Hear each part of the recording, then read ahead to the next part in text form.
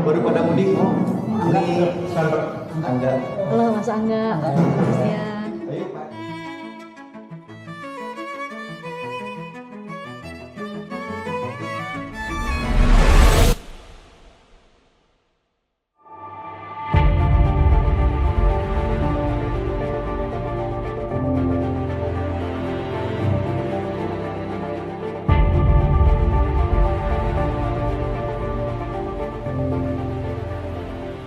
Jadi maaf kalau kemarin tadi ada orang asing masuk ke sini, kita sangat-sangat preventif, kita sangat-sangat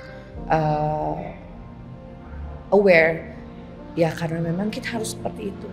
Ini cara kami mempertahankan ruang hidup kami.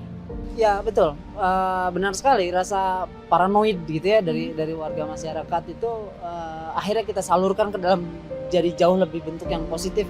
Ya takut boleh, karena semua orang pasti punya rasa takut. Tadi juga kan abis beres posyandu nih, saya mau belum pulang. Terus ada di grup, ini ada drone di atas ini perbatasan. Udah langsung gini lagi. Saya kejar. Ini adalah salah satu bentuk kewaspadaan dari warga, dari semua pihak-pihak yang memang tidak menginginkan warga tenang gitu ya. Makanya semua warga sekarang posisinya adalah alarm berjalan untuk warga itu sendiri gitu. Merasa tidak aman gitu setiap saat ya? Buat kami di lokasi konflik gitu ya, memang mau tidak mau kami tidak bisa untuk menyandarkan kepada misalkan hanya Linmas ataupun bahkan kepolisian gitu atas semua keamanan di tingkat lokal kami gitu ya. Semuanya ya? Dari Semuanya, anak kecil, dari dewasa, anak kecil, bapak, dewasa. ibu. Kayak misalkan ada anak kecil, ya mungkin rekan-rekan bisa melihat gitu ya, banyak anak-anak bermain segala macam gitu. Ketika ada yang berseragam, entah apapun warna seragamnya, mereka pasti akan laporkan itu ke orang tuanya. Oh ya? Segitunya? Sampai Anak-anak? Anak saya itu ketika kejadian saja di 2023, itu dia baru berusia 3,5 tahun mau ke 4 tahun. Ketika ada yang ngetok pintu rumah saya, karena rumah saya di depan. Pap, nanti dulu Pap. Di depan aku lihat itu polisi atau bukan. Saya nggak pernah untuk ngajarin hal seperti itu. Tapi semua anak-anak di sini tahu. Hanya tercetak dari satu momen, di satu malam hari. Karena ada penipu bernama Muller yang mau mengambil tempat kami, lahan kami. Apalagi waktu tanggal 14 Agustus itu, waktu malam itu. Wah, sedih banget sampai subuh kita nggak bisa keluar. Yang cedera pun kena gas air mata tetap di rumah diobatin seadanya gitu. Kalau keluar pasti kita ditangkap. Sampai mereka itu masuk ke pelosok-pelosok, ngegedor rumah warga itu, polisi. Sampai buka pintu nak, ngomong kasar gitu kan. Sambil mata melotot kayak lagi, wah ngeri pokoknya. Selain itu, polisi juga mendobrak rumah-rumah warga untuk mencari pelaku aksi. Akibat kejadian ini, sejumlah warga mengaku trauma. 4 orang warga dilaporkan menderita luka akibat kejadian ini. Jadi banyak banget warga yang rusak barangnya sama polisi. Kalau misalnya Mbak semua coba bicara satu persatu sama warga itu, mungkin akan membuka luka lama, dan itu mereka akan air mata mereka akan tumpah kalau bercerita tentang 14 Agustus, karena memang itu tuh kayak simulasi perang. Kayak simulasi perang tapi beneran gitu. Artinya apa? Itu kan membekas, itu melukai hati masyarakat. Mata kita, hidung, tenggorokan itu sakit banget. Udah kayak saya pun merasa baru seumur hidup merasakannya tuh kayak Ada kayak ratusan jarum kena ke kulit kita tuh bukan bohongan gitu. jadi karena gas air mata maksudnya. Iya, karena gas air mata, dan notabene ini gas air matanya sudah expired. Jadi itu efeknya akan lebih buruk dari gas air mata yang belum expired gitu. Ini gas air matanya ya ini cuma beberapa. Jadi berarti masuk ke permukiman kan Betul. ini Pak? Kita hitung lebih dari 18 gas air mata ketika malam itu. Namun, Kapolrestabes Bandung, Kombes Budi Sartono mengeklaim bahwa lemparan itu bukan berasal dari petugas kepolisian. Bahwa dari kami sedang bernegosiasi, tapi tidak tahu mungkin dari belakang ada yang melempar sesuatu dan kami yakinkan bukan dari kami. Tapi ya saya sih selalu mencoba untuk melihat dari sisi positif. Dengan kejadian itu justru membuat warga kita lebih guyup.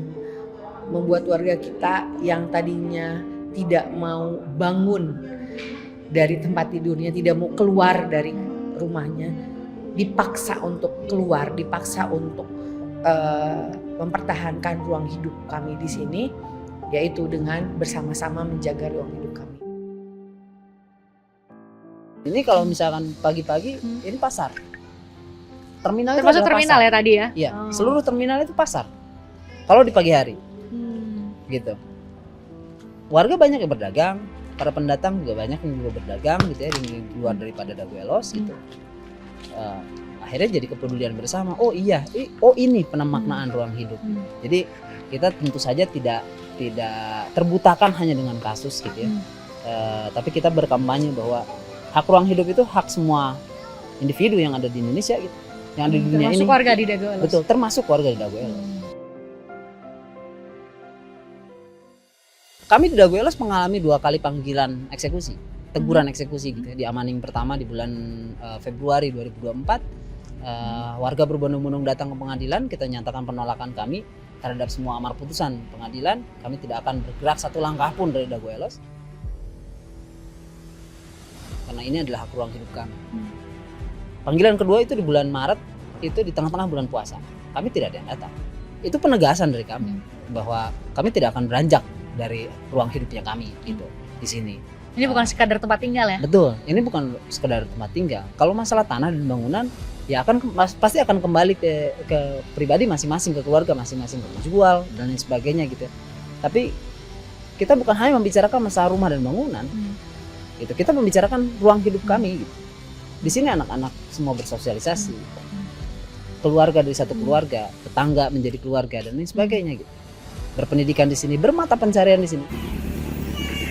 Ya saling aja ya kita lihat aja posisi kita emang kayak gini gitu kan, dijelasin sejelas-jelasnya gitu. Kalau kita nggak melawan ya kita pergi gitu, jadi gembel gitu. Kalau ya mending kalau punya Pilihan lain. punya tempat tinggal pilihan, lain ya? kalau punya duit, kalau nggak punya ya ngegembel lah gitu kan. Walaupun cuma rumah 3 kali 3 meter ya sama kita berjuangnya sama kayak yang punya hektaran gitu. Bener nggak Tante? Pokoknya tanah Dago Elos ibuku.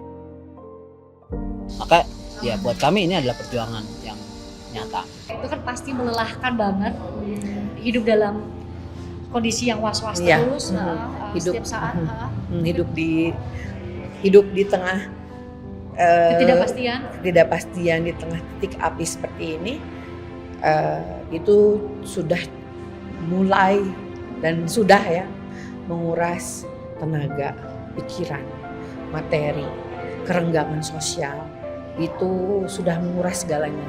Capek banget pokoknya, capek banget. Untuk warga yang pasti banyak yang takut segala macam, untuk memilih tidak pergi saja, itu adalah sebuah perjuangan. Angkat tangan yang tadi sampai ngejar ininya. Semuanya. Ngejar drone-nya. Iya. Tadi lihat gimana sampai lewat? Pas lihat di lapang poli ada drone, terus langsung lari ke pos. Iya, langsung